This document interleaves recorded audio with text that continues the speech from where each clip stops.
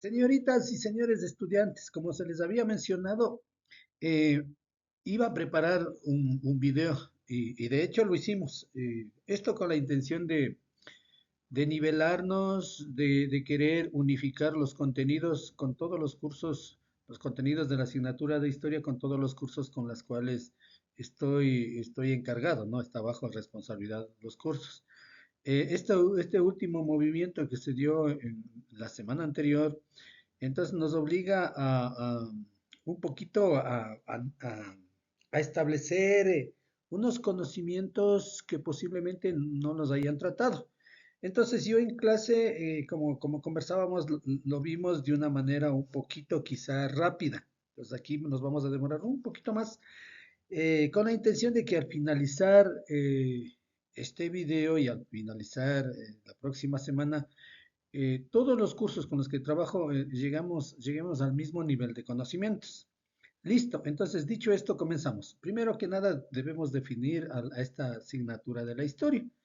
Y hay que entender a la historia como una ciencia social, como les decíamos en clase. Ciencia social, ¿por qué ciencia? Porque tiene un método de estudio, porque tiene un contenido científico y porque esos hechos históricos que analiza la historia obviamente son sujetos de comprobación, son comprobables, ¿no? Dicho esto, podemos plantear una definición un poco convencional, un poco sencilla quizá, donde como elemento fundamental podemos mencionar que la historia es una ciencia social que analiza los hechos del pasado. Y a estos acontecimientos la historia le analiza desde sus causas y entendiéndose sus consecuencias. Y obviamente hay que entender que estos acontecimientos históricos siempre se pretende que se plantee desde una visión crítica, entendiéndose a la historia que no solamente es la acumulación de conocimientos, porque sí, sino también hay que entender sus causas, sus consecuencias, cómo es que se hicieron, por qué se hicieron, qué repercusiones tuvieron a nivel local, a nivel nacional, a nivel mundial, ¿no? Ahora, estos acontecimientos que trata la historia pueden ser de carácter político, de carácter económico, de carácter social, de carácter cultural, de carácter personal y algunos otros acontecimientos que son propios o que pueden ser analizados desde la visión histórica, por ejemplo, los acontecimientos deportivos. Eh, voy a plantear un acontecimiento histórico que tiene mucho de político, mucho de económico, mucho de social. Por ejemplo, la Revolución Francesa de 1789 tiene un talante político, puesto que, por ejemplo, con la Revolución Francesa se cambia, se deja de lado el antiguo régimen, un sistema de gobierno monárquico, para inaugurar un sistema liberal que va a dar a paso, obviamente, a la democracia y a un sistema económico que se llama el capitalismo, ¿no? Podemos mencionar que la Revolución Francesa es un acontecimiento económico también, porque en Francia de aquella época existía una crisis económica fatal,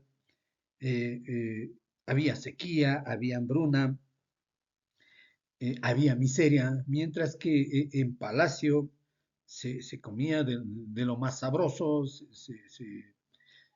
eh, había excesos en vestimenta, en joyas, artículos suntuarios y todo, ¿no? Esto es un acontecimiento económico también, es un acontecimiento social porque lo realiza la sociedad francesa, la burguesía francesa, encabezados por los ideólogos de la revolución, por los revolucionarios que ejecutaron, y obviamente apoyados por el pueblo, demostrado que es un acontecimiento social. Un acontecimiento cultural, por ejemplo, el Renacimiento del siglo XV que da como origen a una nueva visión del ser humano, a una nueva visión del universo, ¿no?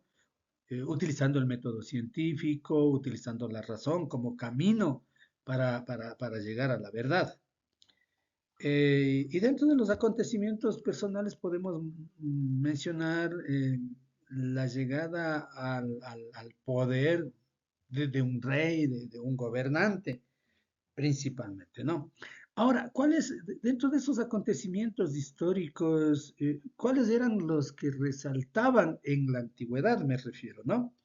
Los antiguos historiadores, y hay que mencionarlo a uno en específico, que era el gran griego Heródoto, quien es considerado el primer historiador. Y estos historiadores, a la cabeza este personaje griego, que lo tenemos aquí, el busto de este personaje, este narraba, contaba, relataba, escribía hechos históricos principalmente fundamentados en las guerras, ¿sí? Ahora bien, podemos mencionar además que la historia se conoce gracias a varias ciencias, pero principalmente a la arqueología, puesto que la arqueología nos permite analizar, entender, obtener datos de restos materiales de nuestro pasado remoto. Entonces, una vez que obtenemos a través del análisis arqueológico de estos objetos materiales, nosotros podemos entender muchos acontecimientos históricos, cuáles fueron sus causas y cuáles fueron sus consecuencias. Ahora, hay que entender que la historia no puede trabajarse por sí sola. La historia no analiza eh, solamente con lo que es en sí la historia, sino que necesita de estos elementos que se llaman las fuentes de la historia, que son los restos espirituales, los restos materiales, que permiten obtener información del accionar humano del pasado, y estos elementos espirituales o materiales nos permiten entender el pasado, inclusive reconstruir el pasado, y luego viene lo que hemos venido diciendo, ¿no? Entender el presente e inclusive anticiparnos al futuro. Dentro de los restos espirituales podemos mencionar nuestras fiestas ancestrales, eh, eh, la filosofía, la religión. Dentro de los elementos materiales es la parte tangible lo que se puede tocar, ¿no? No sé, se me ocurre restos arqueológicos, restos de cerámica, eh, pirámides de Egipto, aquí en nuestro medio, las pirámides de Cochasquí, y bueno, la lista es interminable, ¿no? Pasamos a ver la clasificación. Tenemos dos tipos de fuentes de la historia. Las unas las conocemos como fuentes primarias y las otras las conocemos como fuentes secundarias o historiográficas. Dentro de las fuentes primarias tenemos fuentes escritas, fuentes no escritas, material gráfico y los relatos orales. Dentro de las fuentes escritas tenemos los tratados, se me ocurre, tratados de límites entre países, libros, leyes, memorias, crónicas, diarios, contratos, decretos, todos estos que se escribieron en el momento que ocurrieron los hechos históricos, ¿no? Aquí tenemos, por ejemplo, diarios. Tal vez el diario más famoso a nivel mundial es el diario de esta chica que vivió los horrores del holocausto judío, ¿no? Estamos hablando de Ana Frank. Miren, este diario lo escribió esta chica en el momento que ocurrieron los hechos, ¿no? Dentro de las fuentes no escritas tenemos las obras artísticas, pintura, arquitectura, escultura, entre las principales, ¿no? Obviamente construidas en el momento que se dieron los hechos, los restos arqueológicos, la cerámica, restos óseos humanos, restos óseos de animales, por ejemplo. Luego pasamos al material gráfico. Dentro del material gráfico podemos tener fotografías, planos, mapas, siempre recordando que se escribieron en los momentos que ocurrían los hechos, ¿no?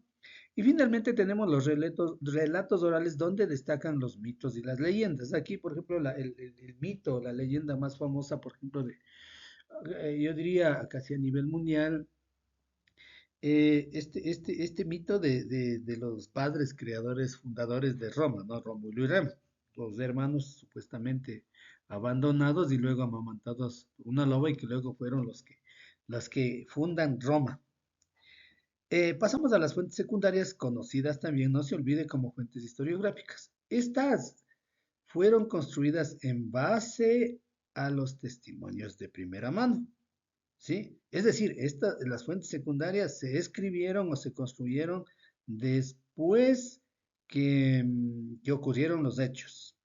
Entre los ejemplos de las fuentes secundarias tenemos una larga lista: ejemplo, mapas, tratados de arte, monedas, libros, estudios arqueológicos, científicos, artículos de revista especializados, biografías, todos ellos que se escribieron, se construyeron, que se elaboraron después que ocurrieron los hechos o en base a las fuentes primarias.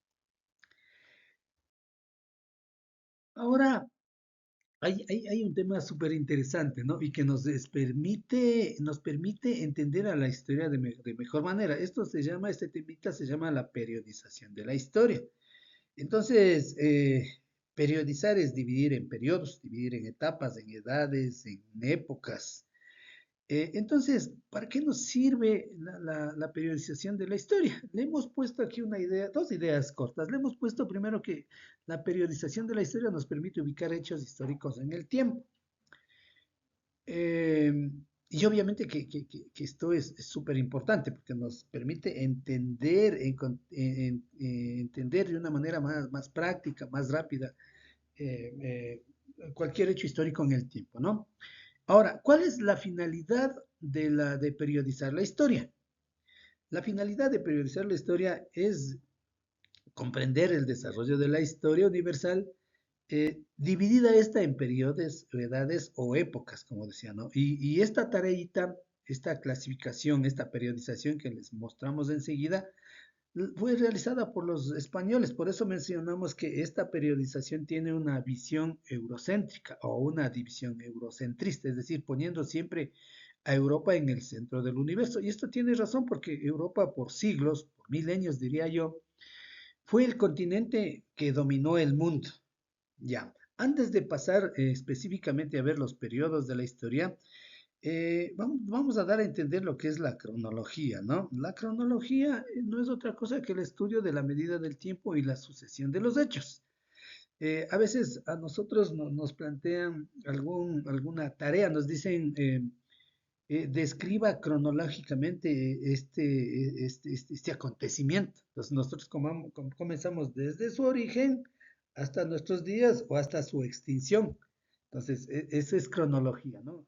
El estudio de la medida del tiempo y la sucesión de los hechos comenzando normalmente de manera progresiva, ¿no? Ahora, para que se dé el paso o el cambio de un periodo a otro, existen ciertas fechas convencionales que son súper importantes, que cambiaron el rumbo de la historia, que cambiaron el rumbo de diferentes sociedades. Estos acontecimientos, estas fechas convencionales son tomados como punto de referencia que ponen fin a un periodo y dan inicio a otro, ¿no? Ahora, hay que entender estos cambios convencionales que les decía que son súper importantes, provocaron cambios radicales en Europa. Y esos cambios radicales en Europa, mire usted que provocaron también que haya efectos en otras partes, ¿sí? Por ejemplo, por ahí hablamos de la Revolución Francesa. La Revolución Francesa es considerada una causa de la independencia de América. Mire cómo afecta, ¿no? Entonces, esta es una periodización bastante práctica, bastante ilustrativa que les relatamos en este momento y que analizamos, ¿no? Mire, está en sentido progresivo, desde la etapa más remota, más antigua, hasta la época contemporánea, ¿no? Entonces, miren, comenzamos nosotros desde abajo, que es la etapa más antigua, la más larga, la prehistoria. Aproximadamente 4 millones de años se menciona que tiene la prehistoria. La prehistoria está dividido en paleolítico, en neolítico, edad de los metales. Hay otras subdivisiones, pero no es el momento para analizarlas, ¿no? Luego tenemos la edad antigua, luego la edad media, luego la edad moderna y la edad contemporánea. Aquí es cuando vamos a mencionar, ahora sí, vamos a analizar brevemente estos acontecimientos históricos que ponen fin a un periodo, a una edad, a una época, a un momento histórico para dar paso a otro. Ejemplo, para que se acabe la prehistoria, que repetimos duró aproximadamente 4 millones de años, época en que se da la evolución de unos seres que luego van a dar origen al sapiens sapiens, ¿no? Entonces, para que se acabe este periodo histórico, tiene que la sociedad sumeria inventarse la escritura. Y le hemos puesto aquí la aparición de la escritura. Cuando aparece esta invención de la escritura, repetimos, se pone fin a la prehistoria y da origen a la Edad Antigua. La Edad Antigua es la época de las grandes civilizaciones de Mesopotamia, Asiria, Acadia, Sumeria. Babilonia. Em, Luego vendrán las sociedades egipcias, la sociedad china, la sociedad hindú, y esta última etapa de la Edad Antigua tiene mucho que ver, o más bien, más adelante trataremos a dos civilizaciones súper importantes que dejaron mucho legado cultural, histórico, científico para el futuro. Estamos hablando de griegos y de romanos, ¿no? Para que se acabe la Edad Antigua, tiene que ocurrir la caída del Imperio Romano de Occidente, año 476. Luego viene la Edad Media. Entonces, una vez que cae el Imperio Romano de Occidente, viene la Edad Media, una época donde predomina la religión cristiana en Occidente y en el mundo musulmán la religión, el Islam, ¿no? Em, esta edad media dura aproximadamente unos 1000 años, años más, años menos, ¿no? Para que se acabe la Edad Media e inicie la Edad Moderna, se toman en cuenta dos acontecimientos históricos, ¿no? Para unos dicen que la conquista de América pone fin a la Edad Media y da paso a la Edad Moderna, y otros dicen no, es más antes. La caída de Constantinopla es la que pone fin a la Edad Media y da paso a la Edad Moderna, ¿no? La Edad Moderna es la época de gran avance cultural, de gran avance científico, de las artes, arquitectura, escultura. Es la época en que se comienza a redescubrir, a investigar, a releer a los grandes filósofos griegos, a los mismos romanos. Y bueno, es una época en que se comienza a hablar de la razón como camino para llegar a la verdad, del racionalismo, corrientes filosóficas que comienzan a aparecer, y tal vez un acontecimiento hasta cierto punto negativo es que en esta época existió un sistema de gobierno donde una sola persona ejercía el poder total. Estamos hablando de las monarquías, ¿no?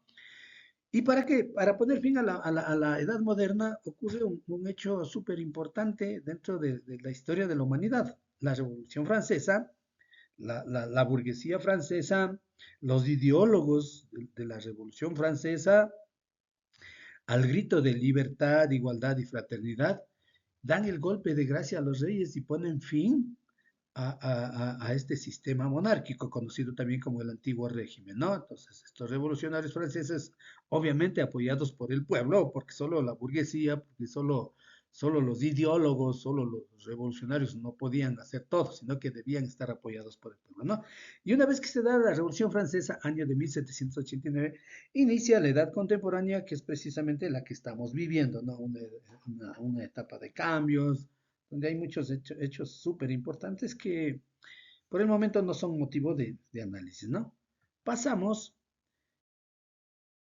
y les presentamos una línea de tiempo con los mismos datos que mencionamos hace un momento, nada más que está en sentido horizontal. Lo que veíamos anteriormente estaba en sentido vertical y yendo desde abajo para arriba. Entonces aquí tenemos, mire, la división de la historia, primero dividido en prehistoria, que es la etapa más antigua. Aquí tenemos el paleolítico, el neolítico y la edad de los metales. Viene el nacimiento de la escritura, la invención de la escritura, y con ello se da origen a la edad antigua, luego viene la edad media, luego viene la edad moderna y finalmente edad contemporánea.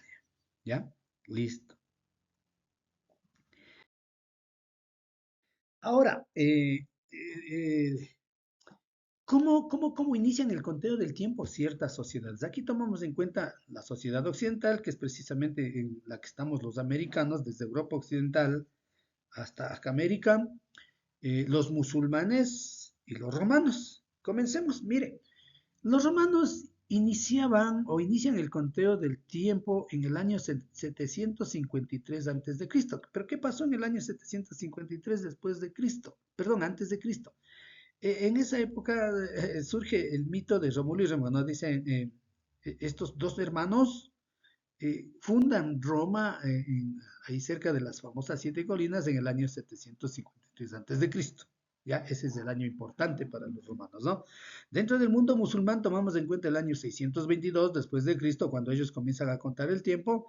En esa época, Mahoma tiene que ir a la Meca porque es amenazado por sus enemigos, sale de la ciudad sagrada de la Meca y va hacia Medina, año 700 perdón, año 622 después de Cristo. A este acontecimiento, a la huida de Mahoma, el profeta del mundo musulmán, sale huyendo de la Meca hacia Medina, ¿no? Y finalmente hablamos de cómo iniciamos contando el tiempo o el conteo del tiempo en el mundo occidental. Nosotros conocemos, es sabido que conocemos el conteo del tiempo desde el año uno.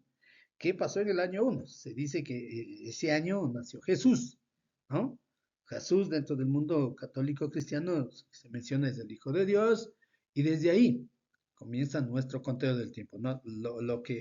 A partir del año uno va de manera ascendente, pero los acontecimientos históricos que ocurrieron antes del año uno a esos van de manera eh,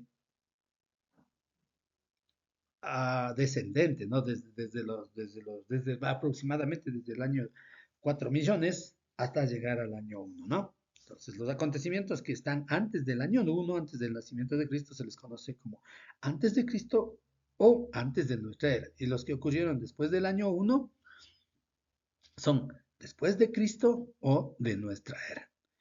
Esto se da porque nunca existió el año cero, es decir, nosotros comenzamos desde el año uno, el siglo también comienza desde el siglo uno y un milenio también desde el año uno, ¿no? El siglo parece que tuvo un pequeño desliz, el siglo primero comienza desde el año uno y el milenio uno desde el año uno, obviamente, ¿no? Y así sucesivamente, ¿no?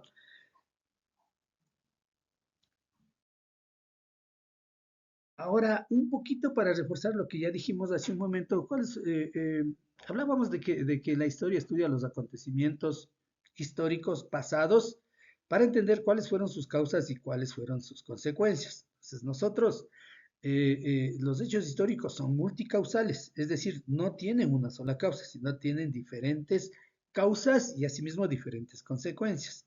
Entonces, aquí mencionamos esto casi no voy a repetir, ¿no? Esto ya lo dije en la parte en que definíamos a la historia. Acontecimientos económicos, por ejemplo, una crisis. Yo tomaba con ejemplo la Revolución Francesa para entender estos acontecimientos históricos, ¿no? Todos estos acontecimientos históricos, un poquito yo ya los mencioné, entonces no voy a volver a repetir. Pero sí que estos acontecimientos históricos se los analiza con una visión crítica, entendiendo cuáles fueron sus causas y cuáles fueron sus consecuencias. No olviden este dato importante que les di, ¿no? Que los acontecimientos históricos son multicausales, tienen múltiples causas y asimismo múltiples efectos. Ahora, continuando con la explicación, vamos a ver las ciencias auxiliares de la historia. La historia, así de por sí sola, no puede analizar los datos del pasado, no puede entender cuáles fueron las causas, cuáles fueron los acontecimientos, sino que necesita de algunas ciencias. Personalmente he tomado solo 6 ciencias que explicamos enseguida cómo es que ayudan a estas ciencias auxiliares, las que ayudan a entender, a ayudar a analizar los acontecimientos históricos. Por ejemplo, la antropología, que es el estudio del comportamiento, de los hábitos de los seres humanos, obviamente que es una gran aliada de la historia porque nos permite entender a las sociedades del pasado desde cómo eran sus hábitos, cómo se iban relacionando con las otras culturas, con los otros pueblos, con las otras sociedades.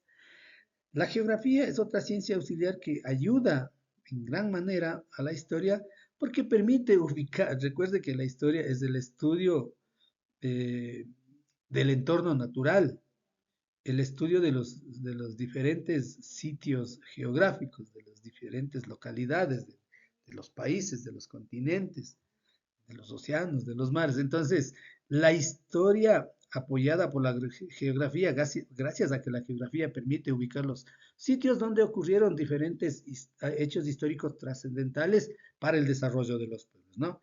La geología, que es una rama, una ciencia que estudia la estructura del planeta Tierra, permite entender, permite interpretar las primeras etapas de la evolución del planeta. Eh, Se dice que nuestro planeta comienza su origen hace aproximadamente 4.500 millones de años. Entonces, entender todas estas eras geológicas nos permite entender cómo es que fue evolucionando nuestro planeta. La paleontología es la ciencia que nos permite analizar, estudiar los restos fósiles, tanto de animales como vegetales, restos que fueron solidificándose en rocas principalmente, ¿no? Y estos acontecimientos obviamente que ocurrieron en hechos remotos. Ya. Ahora tenemos la paleografía. La paleografía es el estudio de las escrituras antiguas. Acuérdese, por favor, paleo significa antigua y grafía, escritura. Entonces, es paleografía, la ciencia de la escritura antigua. Entonces, los historiadores se apoyan en gente que es especializada en descifrar, en leer, en entender, en comprender restos de escrituras antiguas. Entonces, con esos datos esas quienes se especializan, permiten obviamente entender cuál es el significado de las diferentes escrituras antiguas que quedaron, de los pictogramas, de los jeroglifos, de los códices, de los quipus, por ejemplo, ¿cómo es? De los incas, ¿no? Y finalmente tenemos la arqueología, perdón, que ya mencionamos en la primera diapositiva, que la arqueología es la ciencia auxiliar de la historia que permite estudiar los restos materiales de un pasado remoto, ¿no? Es decir, principalmente, no solamente de la prehistoria, ¿no? Pero principalmente de la prehistoria. Entonces, esos restos permiten entender cómo ocurría el pasado, cómo ocurrió, permite entender los hechos del pasado remoto de nuestro planeta y de la evolución, del proceso evolutivo de los seres humanos. Ahora, yo les decía al comienzo que más adelante vamos a ver un poquito de para qué me sirve la historia. A ustedes mismos, a muchos de ustedes que ya trabajé en otros cursos, se les averiguaba por qué es importante la historia. Pues ahí me decían que nos permite, con el análisis de la historia, quienes entienden historia no repiten los errores del pasado, que nos decían que nos permite conocer cuáles son nuestras raíces y valorar nuestras raíces, ¿no? Entonces, un poquito para complementar lo que decían ustedes, tenemos unas tres ideas aquí. Le hemos mencionado que la historia ayuda a comprender el pasado y entender el presente y me atrevo a decir que también nos ayuda a anticiparnos al futuro. Otro, nos permite asumir una visión crítica del pasado. Eso es lo que siempre le estamos recalcando, ¿no? A la historia hay que tenerla desde una visión crítica. ¿Qué más? Analiza el pasado desde datos simples a conceptos complejos. Comenzamos con datos simples, ¿cómo será? ¿Cómo podemos decir? Con datos quizá bastante elementales, pero conforme avance el análisis de la historia vamos eh, eh, realizando, interpretando, eh, conceptualizando de mejor manera o definiendo, quizá es el término más adecuado, los acontecimientos históricos, ¿no? Ahora, esa comprensión de lo hecho, del pasado, ¿sí? Nos permite, le hemos puesto aquí dentro de la producción material, nos permite mantener y mejorar las condiciones de vida. A esto se llama la producción material, es decir, todo lo que es tangible, lo que se puede tocar. Nos permite además dar sentido a la producción material, a más de dar sentido a la producción material, también da sentido a esto, a cómo entender la vida, ¿no? Cómo es que se desarrolló la vida, dar sentido a la vida mediante, por ejemplo, el arte, la religión, la ciencia, la escritura, estos últimos que vienen a convertirse en lo que conocemos la producción simbólica. Entonces, está de otro color, ¿no? Producción material más producción simbólica nos da como resultado la cultura. Entonces, hay que entender que la cultura es la suma de producción material y producción simbólica. Cuando hablamos de producción material, lo que es tangible, ¿no?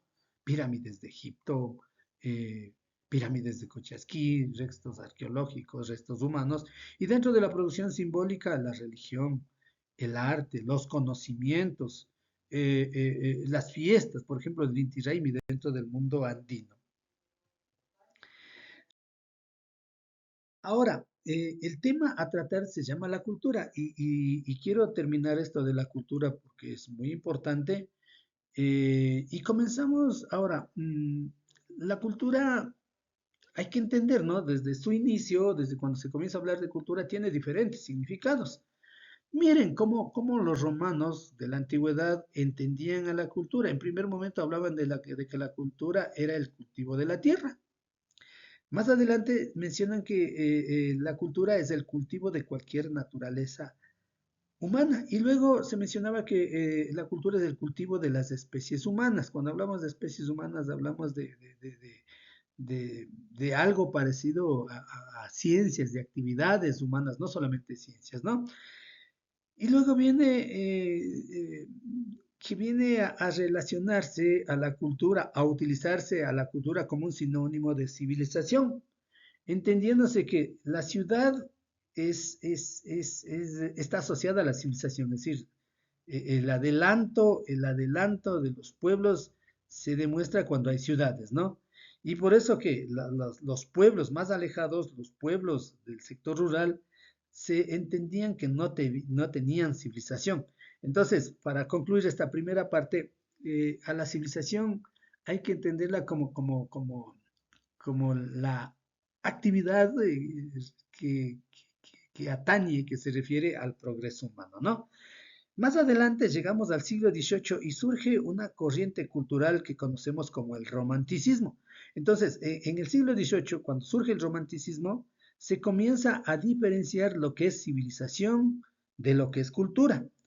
Ejemplo, aquí le vemos al término civilización y se entendía a la civilización como el desarrollo material y básicamente económico y tecnológico, es decir, el desarrollo de la civilización o el desarrollo material, económico y tecnológico de los pueblos, de las sociedades, eran entendidos como civilización. En cambio, a la cultura se le asimilaba como el cultivo de las facultades intelectuales, ¿no? De las facultades intelectuales y espirituales, también hay que entenderlos como la filosofía, la religión, la ciencia, el arte, las fiestas. La lista es bastante larga, ¿no? Entonces, mire cómo el romanticismo diferencia a la cultura. Por un lado está que la civilización no es más que el desarrollo material y principalmente económico y tecnológico de determinada sociedad.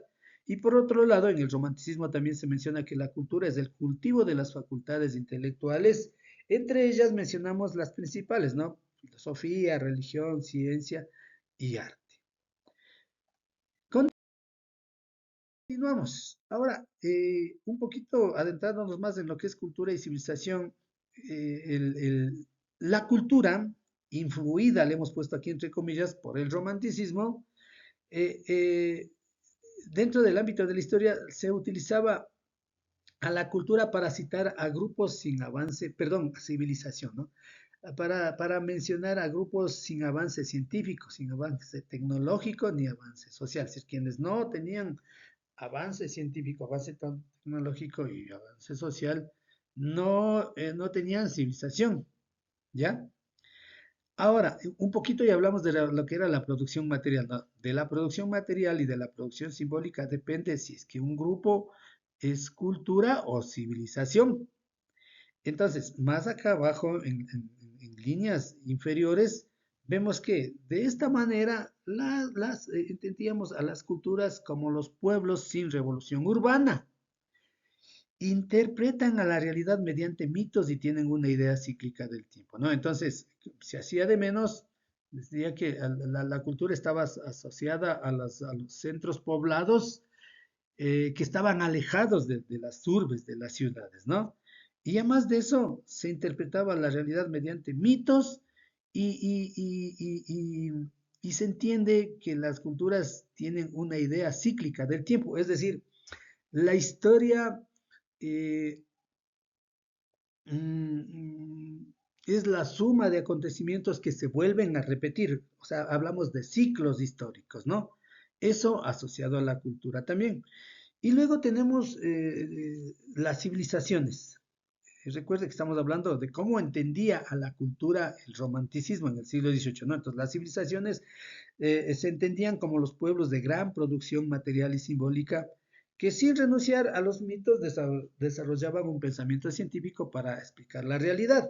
Y para finalizar esto, si decíamos que la cultura tenía una idea cíclica del tiempo, ¿sí? La historia era una idea cíclica del tiempo donde eran acontecimientos históricos que se repetían en ciclos. En cambio, acá dentro de las civilizaciones, entendiéndose como pueblos de gran producción material y simbólica, ellos veían a la historia de manera lineal y eran conscientes de ella. No, cuando hablamos de la historia lineal, hay que entenderla que es una historia que no para, que va en línea recta y que va de manera progresiva, ¿no? Desde unos acontecimientos históricos más antiguos hacia los nuevos, y cada nueva etapa va mejorando. Ahora sí, ya nos adentramos ya por decirlo así, en una definición de cultura ya moderna, ¿no? Entonces, le hemos puesto aquí, tomando del libro que les decíamos, un poco resumido, un poco mezclado con un poco la experiencia del docente, debemos entender a la cultura como definición, como el conjunto de diferentes prácticas, pueden ser económicas, políticas, de ciencias, de derecho, de moral, que son propias de un grupo y que se han sido transmitidas de generación en generación. Entonces, de esta manera podemos entender, por ejemplo, que existe una cultura occidental, que existe una cultura incaica, que existe una cultura ecuatoriana, que existe una cultura cayambeña. Nosotros no podemos hablar de una sola cultura, sino debemos hablar de culturas, ¿no? Y bueno, ya dentro del campo específico de las ciencias sociales, y la historia es una ciencia social, hay que entender que la cultura abarca el conjunto tanto de producciones materiales y simbólicas de una sociedad, producciones materiales y simbólicas que identifican a estas sociedades, ¿no? Por eso terminamos diciendo aquí que el ser humano es un ser cultural que se suma, que se integra a la cultura en donde se desenvuelve. Entonces, el ser humano es un ser cultural, por supuesto que es un ser humano. Es más, él es el que hace la producción material y el que hace la producción simbólica y forma parte de esa cultura en donde se desenvuelve durante su vivencia, durante su existencia, mejor dicho, ¿no? Ahora, esta nueva definición de cultura alejada de lo que decían los romanos, alejada de lo que decían en la época del romanticismo, podemos mencionar que esta cultura o la cultura respeta más la diversidad de los diferentes grupos sociales. ¿Por qué? Porque no discrimina entre cultos e incultos. Habla de diferencias culturales entre seres humanos, ¿sí? Diferencias culturales. Porque cuando nosotros hablamos de cultos e incultos, estamos discriminando a los que supuestamente son incultos, los dejamos de lado, ¿no? Entonces, esta nueva visión de la cultura no discrimina entre pueblos de cultura occidental o europea y nativos. Más bien se trata de entender a todas estas sociedades dentro de este término cultural. Ahora, como ya vimos inicialmente, el término cultura estaba utilizando de- de manera equivocada, de manera tergiversada, ¿no? Por ejemplo, habíamos mencionado y debemos entender también que el término cultura mal utilizado se entendía como un estado de desarrollo intelectual. Mire, se decía que culta es la persona que acumulaba gran cantidad de conocimientos que tenía en la cabeza sobre diferentes elementos culturales, arte y ciencia. Y en realidad es una equivocación, ¿no? ¿Ya? Porque si bien se puede tener conocimientos, pero eso no implica que se tiene una alta cultura, ¿no? Ahora, también se entiende como proceso para llegar al estado de desarrollo intelectual. Llamamos cultura a la producción simbólica, teatro, música, danza, arte, son elementos simbólicos, son elementos espirituales que existen, son elementos abstractos, pero existen, ¿no? Y ahora hay que entender que tanto la producción simbólica como la producción material también están formando parte de la cultura. Por eso le ponemos aquí que la producción material también lo es. Ahora bien, ha existido lamentablemente momentos en que ciertos pensadores, ciertos historiadores, ciertas personas, personajes, han hecho una especie de rivalidad entre producción material y producción simbólica. Por eso le hemos puesto aquí como subtema producción material versus producción simbólica. Esta oposición se discute principalmente dentro de la rama de las ciencias sociales, ¿no? Entonces, existen varias visiones que dan mayor o menor importancia a la producción material y otras a la producción espiritual. Por eso, vamos a ver que surgen dos corrientes bien definidas que se enfrentan, ¿no? El materialismo y el idealismo.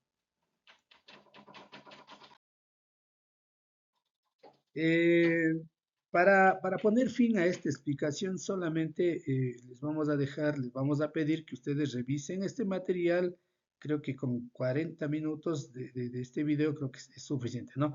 Este tema del trabajo, vamos a hablar la división social del trabajo, la división natural del trabajo, qué es lo que es trabajo colectivo y trabajo solidario, lo vamos a dejar para tratarlo en clase. Mis queridos estudiantes, esto es un pequeño aporte para tratar de que todos nosotros finalicemos el primer trimestre en un mismo nivel de conocimiento. Debemos terminar hasta este capítulo del trabajo, trabajo colectivo y trabajo solitario. Se les agradece por su atención y espero que revisen las veces que sea necesario este video. Muchas gracias.